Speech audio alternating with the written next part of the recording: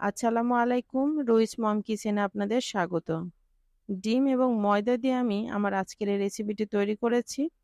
আমার এই রেসিপিটি ফলো করে আপনারা খুব সহজে ও ঝটপট তৈরি করে নিতে পারেন এবং মাস জুড়ে সংরক্ষণ করে রাখতে পারেন। আশা করছি আমার এই রেসিপিটি আপনাদের ভালো লাগবে।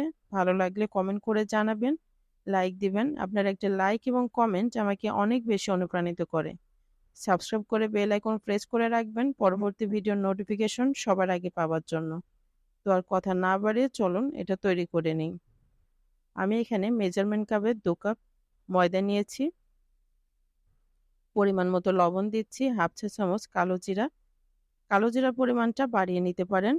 দিচ্ছি 2 টেবিল চামচ সয়াবিন তেল, একটা ডিম। হাত দিয়ে এগুলোকে আমি ভালোভাবে মাখিয়ে নেব।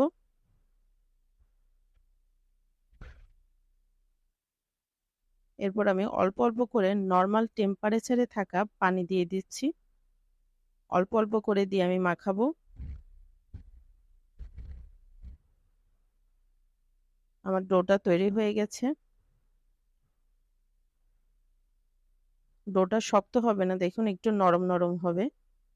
আমি এটা ঢাকনা দিয়ে ঢেকে 10 মিনিটের জন্য রেস্টে রেখে দিচ্ছি। 10 মিনিট পর ঢাকনা খুলে আমি আরেকবার একটু মথে নিচ্ছি।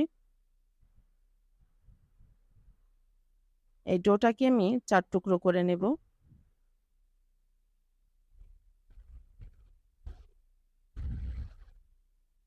প্রত্যেক টুকরোকে আমি বলের মতো করে নেব।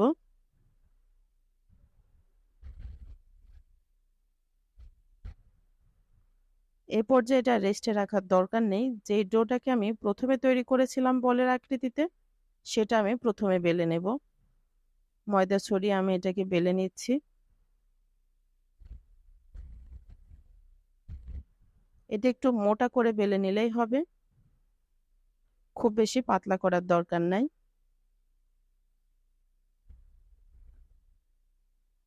আমি এটাকে পরোটার মতো করে শেপ দিয়ে নিচ্ছি প্রথমে।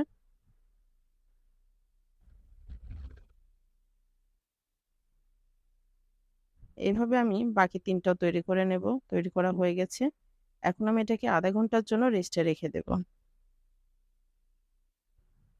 আধা ঘন্টা পর আমি এখান থেকে বাকি 3টাকে সরিয়ে রেখে একটা বেলে নিচ্ছি। ময়দা দিয়ে বেলে নিচ্ছি আমি। এখানে অবশ্যই আধা ঘন্টা রেস্টে রেখে দেবেন।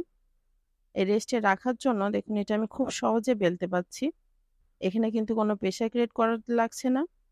এটা খুব দ্রুতই বালা যাচ্ছে।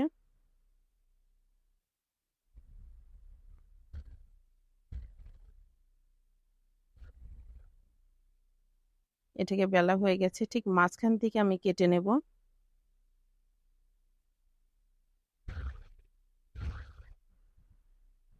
একটা অংশকে পাশে রেখে দিয়ে আর একটা অংশের উপর আমি ময়দা ছড়িয়ে দিচ্ছি। দেখুন আমি কিভাবে তৈরি করছি।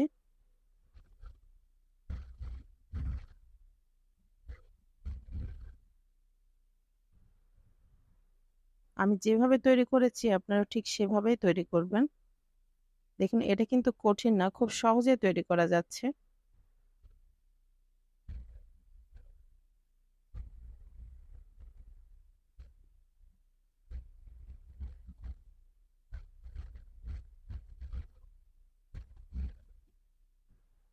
আপনারা একটু ভালো করে খেয়াল করুন আমি কিভাবে তৈরি করছি। এটা কিন্তু সহজ, কিন্তু দেখতে খুব সুন্দর।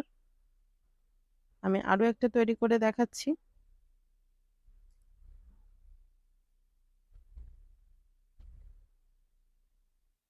এভাবে আমি আমার সবগুলো তৈরি করে নিয়েছি।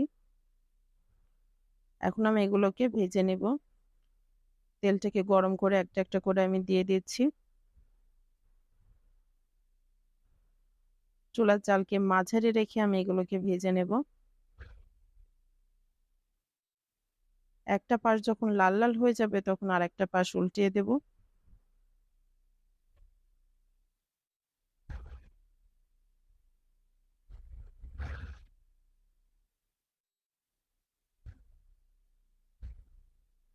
এভাবে উল্টে পাল্টে আমি এটাকে লাল লাল করে ভেজে নেব। এগুলোকে উঠিয়ে নিচ্ছি এবং বাকিগুলো আমি একইভাবে ভেজে নেব।